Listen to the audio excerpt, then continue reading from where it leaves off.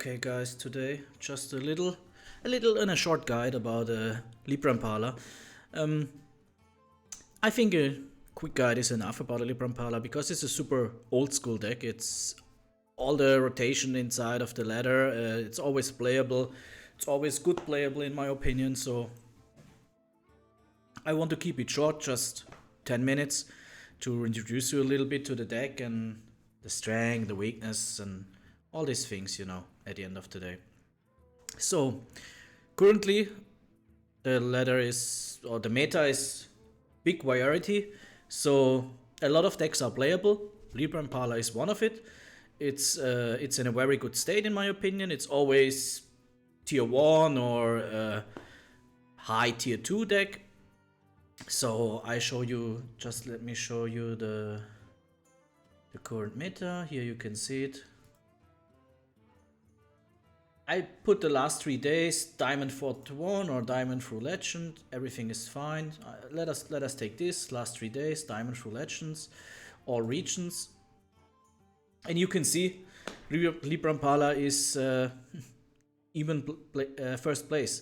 So after it, Beast Druid, Burn Shaman, Acro Shadow Priest, Quest Hunt Warlock, another Paladin deck, the Buff Paladin, the Acro Druid, Face Hunter, Quest Shaman.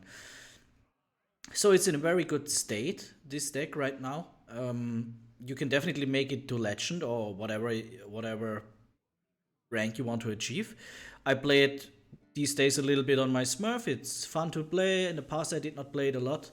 So yeah, right now I enjoy to play it. It has a lot of... In the background you can see a game against a ramp druid. So also you can enjoy this a little bit in the background. That leads us to the strength and weakness of the deck. The strength is it's very well rounded. That means like it has no real weakness. The biggest weakness I would say is when you have a bad or very bad mulligan.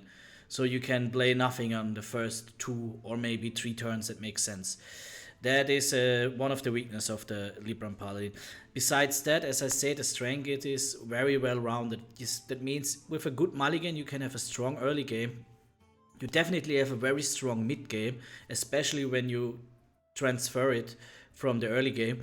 And also with the cards like the hero card Cariel, that you can see here already, with the 2 Libram of Hopes, a lot of healing, strong minions, 8/8 with Holy Shield and Taunt. Mr. Smite for finishing, I have it in this deck. I have 2 times the Trogg for, as I said, a good early game if you need it. So it's very well rounded, this deck. That's definitely the biggest strength in my opinion. And like I said, the biggest weakness is definitely the mulligan. If you have a bad mulligan, and with this deck it's easy to have a bad mulligan, it's easy to have a bad mulligan, because at the end of the day, only the Aldor Attendant and the Trogg, let me show it to you. We go here, we go inside of the deck that I'm playing right now. Is it this one? No. Just let me find the deck super quick. Oh no, it is this deck, yeah. Mulligan Guide. As you see, at the end of the day, you want the Aldor Attendant or you want the Irondeep Trogg. Besides that, all the other cards has a little bit of an downside. Also, okay, this knight, maybe the Alliance Bannerman, but besides that, every other card is a bad card for the mulligan. To be honest, only these 2 cards are very, very good. Besides that, you don't want anything else in a mulligan. If you have these two cards and in your starting hand, you have a very high chance to win the game. If you have Lightforged Cariel and 2 Librams of Hope in your starting hand, you have a very, very high chance to lose the game. That's about the mulligan of this deck. So there's also no special mulligan for some matchups. You always want the Trogg and the Attendant, because the Attendant also puts down your mana cost of all the Librams, So you always want him, you always want the Trogg. If you have both in your starting hand, I usually would always recommend to play the Trogg. Maybe against a mage, and you are the second turn, and you know that maybe in the next turn he has wildfire or something like this. Maybe a 10 makes sense, but usually always the Trogg, in my opinion. That leads us to another section, the matchups, and that's what makes the Libram Pala so strong right now, in my opinion. Because when you see there, I put the same Diamond Through Legend since patch 22.2, and you see a lot of green. That's what makes the Libram Paladin so strong. At the end of the day, there's only a few matchups that are bad for him, and the few matchups that are bad for him is the few matchups that are bad for him are, I just show you here, Aggro Druid. But you know, Aggro Druid needs a very good start. If it has a very good start, nearly every normal deck has no chance against it because it's Aggro deck.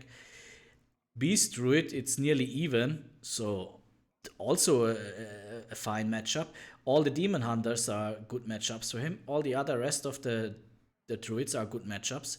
You see right now here in the background, like I said, a game against the Ram Druid. It's a win at the end of the day. So yeah, what else? Beast Hunter, you barely see it, okay, you don't care.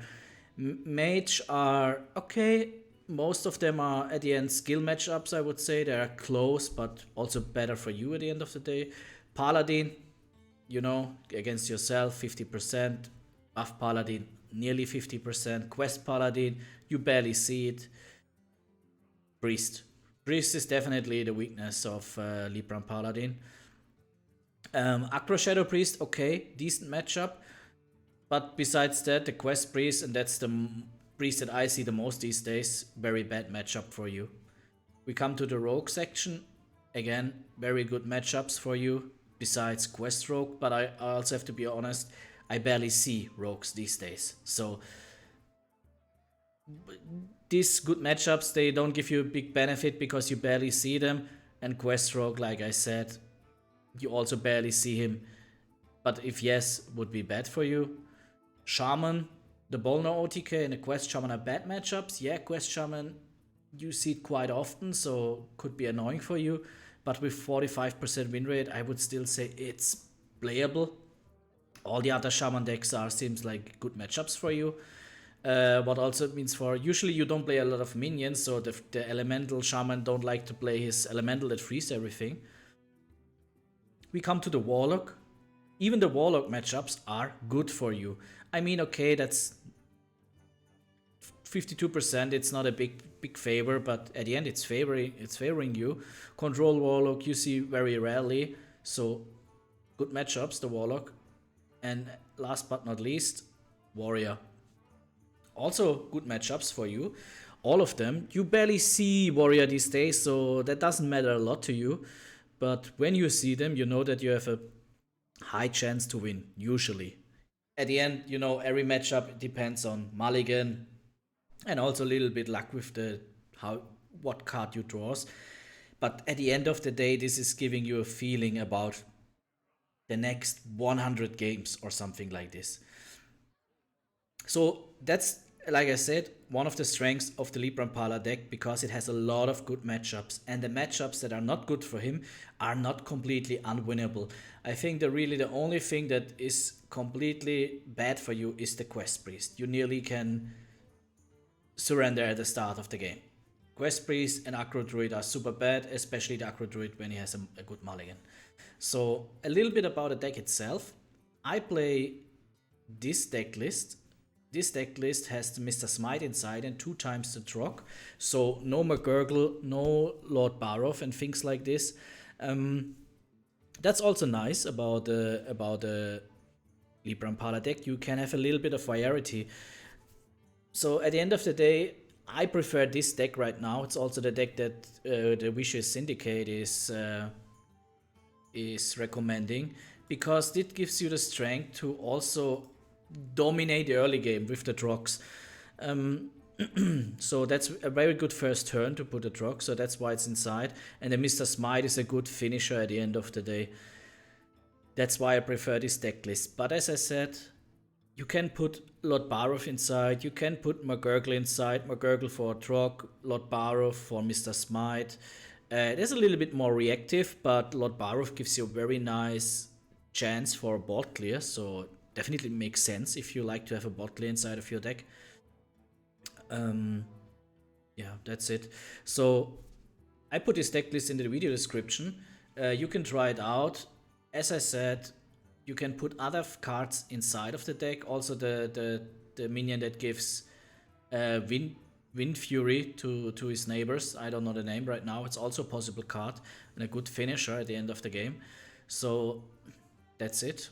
I would say the only really downside that this deck has is it's very expensive. You see a lot of legendaries inside, and you can even put more inside if you want to play it. So maybe you cannot afford that dust, but that's it. Besides that, very nice deck. Try it out, have fun with it, climb in the ladder, and I see you guys. Good luck.